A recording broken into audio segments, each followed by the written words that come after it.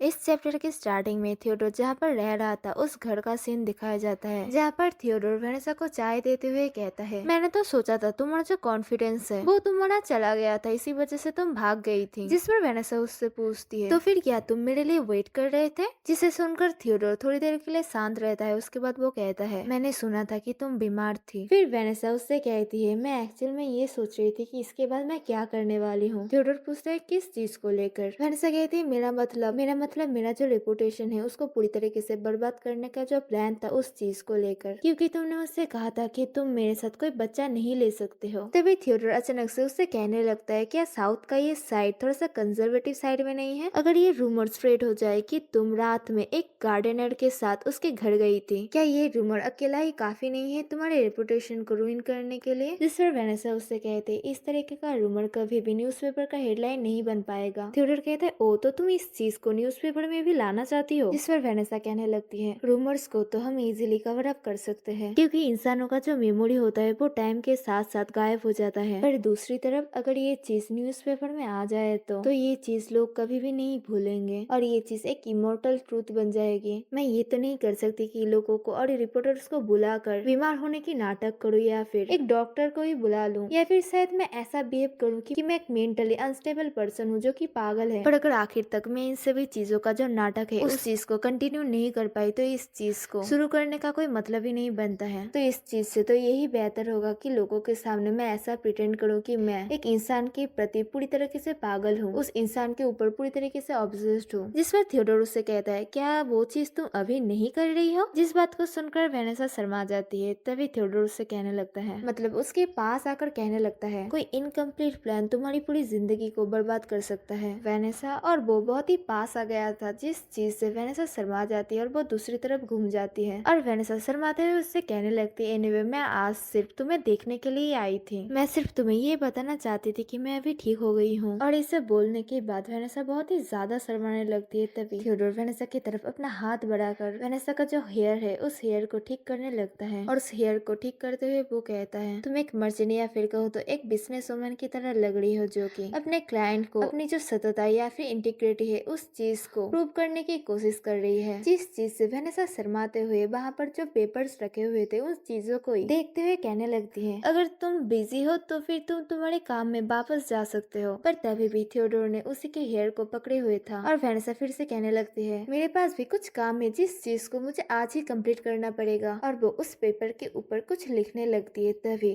Theodore कहता है, तुम्हारा नोवेल? वेनेसा कहती है, हाँ। पर इस वक्त अभी भी थियोडोर ने उसके हेयर को पकड़े हुए था, जिस चीज से वेनेसा बहुत ही शर्मा रही थी। फिर वेनेसा कहने लगती है, क्योंकि मेरे पेंशन के अलावा भी मुझे पैसों की जरूरत है जो कि मैं बाद में यूज कर सकती हूँ। और फिर वो याद करने लगती है जब ब्लेयर ने उससे कहा था कि ज्यादा कम करने की कोई जरूरत नहीं है। और वेनेसा कहने लगती है, मुझे ये चीज करना ही पड़ेगा जबकि मैं ये चीज कर सकती हूँ। उसके बाद वेनेसा फिर से याद करती है जो सभी बातें ब्लेयर ने उससे कहा था। पैसों के लिए अपने ऊपर इतना जोर देने की कोई जरूरत नहीं है, मैं सिर्फ रियलिस्टिक चीजें ही कह रहा हूँ, क्योंकि जब तुम्हारी शादी हो जाएगी तब तुम्हें तुम्हारा पेंशन भी मिल जाएगा और तुम्हारा पति का जो पैसा है वो भी तुम्हारा ही हो जाएगा। पर रोजलिना ने तब ब्लेयर से कहा था, तुम्हें क्या लगता है वो सिर्फ ये सभी चीजें सरवाइव करने के लिए कर रही है? वो शायद ये सब कर रही है क्योंकि वो अपने आप को इस सोसाइटी में एस्टेब्लिश करना चाहती है। और इन सभी बातों को याद करने के बाद वेनेसा अपने मन में सोचने लगती है, रिवर क्या तुम भी इसी तरीके से सोचते हो? फिर वेनेसा थियोडोर से पूछने लगती है, क्या तुम भी ऐसे ही सोचते हो? क्या तुम्हें भी लगता है एक नोबल वुमन के लिए काम करना एक अननेसेसरी चीज है? जिस पर थियोडोर से कहता है, नॉट एट ऑल, कभी भी नहीं। फिर वो कहते हैं, क्या कुछ ना करने से ये करना एक अच्छी चीज नहीं है? जिस बात को सुनने के बाद वेनेसा पूरी तरीके से हैरान हो गई थी और वो कहने लगी, तो फिर तुम इस चीज पर विश्वास करते हो? मतलब तुम भी कम करने की जो अहमियत है उस चीज को मानते हो? थियोडोर कहता है, मैं जो पैसों की वैल्यू है मैं उस चीज को मानता हूँ। वेनेसा कहती, अच्छा तो ये बात है। फिर वेनेसा कुछ सोचने लगती है, पर तभी भी थियोडोर उसे बहुत ही गहराई से देख रहा था। तभी वेनेसा अचानक से कहने लगती है, इस चीज को मैं अभी समझ पा रही हूँ। पर अचानक थियोडोर उससे कहता है, वेनेसा। फिर वो अचानक वेनेसा के पास आ जाता है और उसके फेस को पकड़ के अपना फेस भी वेनेसा की तरफ ले जाने लगता है। मतलब वो किस करने की कोशिश कर रहा था और फिर वो दोनों किस करने लगते हैं, जिस चीज से वेनेसा बहुत ही ज्यादा शर्माने लगती है। उसके बाद वो दोनों बेड के ऊपर लेटे हुए थे जहाँ पर वेनेसा के ऊपर थियोडोर था। तो वेनेसा उससे कहती है, रिवर रुको। और वेनेसा बहुत ही शर्माते हुए और हिचकते हुए कहने लगती है, रिवर ये मेरा पहली बार। पर तभी थियोडोर उससे कहता है, तो फिर क्या तुम चाहती हो कि मैं रुक जाऊं? इस बात को सुनने के बाद वेनेसा अपने मन में सोच रही थी, मेरा दिल इतने जोरों से धड़क रहा है जैसे कि मैं अभी के अभी कहीं से भाग कर आई हूँ, वो भी फुल स्पीड पर। और वो सोचने लगती, इस थोड़े से कनेक्शन के बाद मुझे ऐसा लग रहा था जैसे कि मेरे एकदम नजदीक से एक डर का लहर गुजर के गया। और फिर वो थियोडोर की उसी बात को याद करता है जब थियोडोर ने उससे कहा था, तुम्हें क्या लगता है जब ये गर्मियाँ खत्म हो जाएगी, क्या तुम श्योर हो तुम मेरे पास फिर से रोते हुए वापस नहीं आओगी और मेरे साथ रहने की कोशिश नहीं करोगी? और ये सब सोचते हुए वेनेसा कहते हैं, फिर भी। और फिर वो अपना हाथ थियोडोर की तरफ बढ़ाने लगती है, जिस चीज को देखकर थियोडोर भी हैरान हो गया था। और थियोडोर को हक करते हुए वो किस करने लगती है और अपने मन में सोच रही थी, वैसे भी मैं अभी वापस नहीं जा सकती हूँ। जिस चीज से थियोडोर थोड़ी देर के लिए तो हैरान रहता है, पर वो भी इस चीज को एक्सेप्ट कर लेता है। और ऐसे ही वो दोनों एक दूसरे को बहुत देर के लिए किस करते रहते हैं। उसके बाद हम देखते हैं वो दोनों एक दूसरे को ये बहुत प्यार कर रहे थे। और ये सब करते वक्त थियोडोर अपने मन में शर्माते हुए सोच रहा था, मैं ये चीज पूछना चाहता था, तुम इतनी अलग क्यों हो? तुम दूसरे लोगों से इतना अलग क्यों हो? जो भी मुझे चाहते थे उन सभी से तुम इतनी अलग क्यों हो? तुम्हारे साथ ये सब भयानक क्यों नहीं है और बोरिंग भी नहीं है या फिर अनप्लीजेंट भी नहीं है? ये ऐसा क्यों है कि बाकी ऑर्डिनरी लोगों के जैसे ही मैं भी तुम्हें चाहने लगा हूँ? शायद जब मैंने तुम्हें पहली बार के लिए देखा था तभी मैंने ये चीज सेंस कर लिया था कि किसी दिन ये औरत मेरी जिंदगी को पूरी तरीके से हिला डालेगा। और फिर हमें उन दोनों के जो फर्स्ट मीटिंग था उस दिन का ही सीन दिखाया जाता है, जहाँ पर जब वेनेसा ने उसे उस पेड़ के नीचे देखा था तब थियोडोर भी उसे देखकर बहुत ही हैरान हो गया था फर्स्ट टाइम के लिए। और प्रेजेंट में थियोडोर फिर से सोचने लगता है, मैंने पहली मुलाकात में ही वो सभी चीजें सोची थी, इस चीज के लिए मैं अभी बहुत ही ज्यादा खुश हूँ। उसके बाद दूसरे सीन में एक अलग सीन दिखाया जाता है जहाँ पर थियोडोर से एक आदमी कहता है, तो फिर मेरे कजन क्या तुम्हें इस कंट्री साइड पर दिन बिताने में अच्छा लग रहा है? मेरा मतलब इस तरीके के जगह पर। उसके बाद फिर हमें इस आदमी से मिलवाया जाता है और हमें कहा जाता है इस आदमी का नाम एजर लोवेल है और ये आदमी एक्चुअल में थियोडोर का ही कजन है। जिस पर थियोडोर उससे कहता है, हाँ मुझे अच्छा लग रहा है, ज्यादा भी नहीं और कम भी नहीं। जिस पर एजर उससे कहने लगता है, ये चीज मैटर नहीं करता है कि मैं किस तरफ देखूं, जिस तरफ भी देखूं सभी चीजें यहाँ पर बहुत ही सैबी है और बेरंग है, सभी चीजें बहुत ही छोटे और बिखरी हुई है। और ये सभी बातें करते हुए वो दोनों एक्चुअल में एक कैरेज के अंदर में थे और वो कैरेज कहीं तो जा रहा था। और एजर फिर से उससे कहने लगता है, क्या कोई प्रिंसेस के मैरिज प्रपोजल को रिजेक्ट करने के लिए अपने आप को इस जैसी जगह पर छुपाना कोई सेंस भी बनाता है? और गाइस ये याद रखना, ये वही आदमी है जो कि कॉल में एक आदमी ने कहा था ना, जो एजर आपके पास सभी डॉक्यूमेंट्स को लेकर आएंगे, तो वो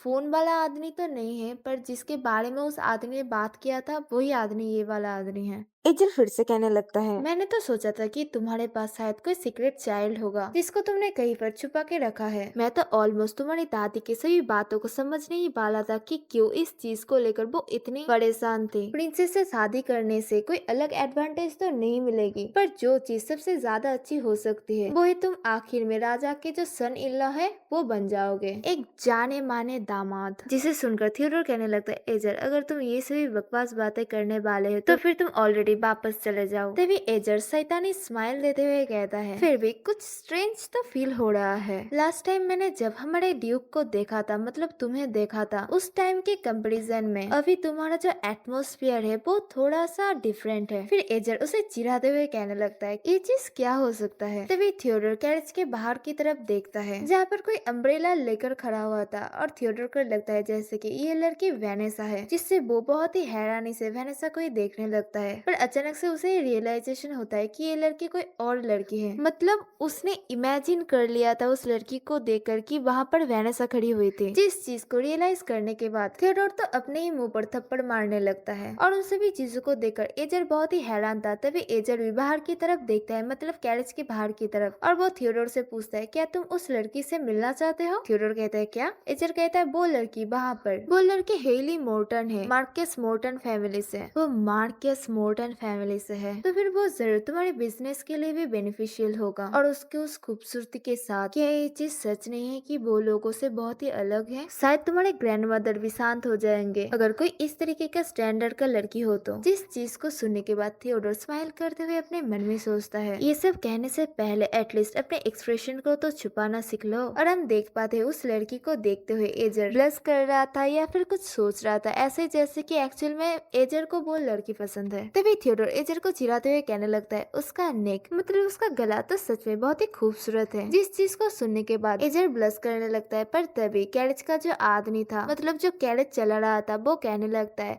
मास्टर एजर हम पहुंच गए हैं। पर हम देख पाते उस वक्त एजर अपने कजन मतलब थियोडोर के ऊपर चिल्ला रहा था। वो शर्माते हुए कह रहा था, तुमने अभी क्या कहा? उसके बाद एजर उससे कहता है, तुमने अभी जो कहा अगर वो चीज वो लड़की सुने तो वो सच में बहुत ही खुश हो जाएगी। उसके बाद एजर कैरेज से उतरते हुए थियोडोर से कहता है, मैं तुम्हारे साथ जल्दी कांटेक्ट करूंगा। और फिर एजर कैरेज से उतरकर उसी लड़की के पास जाता है और उसका जो अम्ब्रेला है उस अम्ब्रेला को खुद से पकड़ लेता है। और थियोडोर ये सब देख रहा था। तभी वो लड़की कैरेज के अंदर थियोडोर को देखने लगती है और थियोडोर को देखते हुए ग्रीट करती है बाहर से ही। फिर थियोडोर अपना फेस दूसरी तरफ घुमाते हुए सोचता है या फिर कहता है, तुम एकदम ही उसकी तरह नहीं दिखती हो। और गाइस एक्चुअल में इस लाइन के मदद से वो कहना चाह रहा था कि ये लड़की एक्चुअल में किसी तरीके से भी वेनेसा की तरह नहीं दिखती है। उसके बाद थियोडोर फिर से सोचने लगता है, फिर भी मैंने ये चीज इमेजिन कर लिया था। उसके बाद थियोडोर उसी वक्त को याद करने लगता है जब वेनेसा उसके साथ थी, मतलब पिछली रात। और उस रात वेनेसा उससे प्लीज रिवर ये सब कह रही थी, वो सभी चीजें वो याद कर रहा था। और वो सोचता है जैसे कि मैं बहुत ही ड्रंक था और उसके उन छोटे हाथों के अंदर मैं बहुत ही खुशी के साथ सोया हुआ था। और ये सब सोचते हुए वो कैरेज के अंदर ही पीछे होकर बैठता है और चैन की सांस लेता है। और जब थियोडोर ऐसे ही आंखें बंद करके कैरेज के अंदर बैठा हुआ था, तभी वो ही मॉर्टन फैमिली की लड़की थियोडोर को ही घूरे जा रही थी और थियोडोर को ऐसे देखकर वो स्माइल करने लगती है। इसी के साथ ये वीडियो मैं यहाँ पर ही खत्म करती हूँ गाइस। और मैं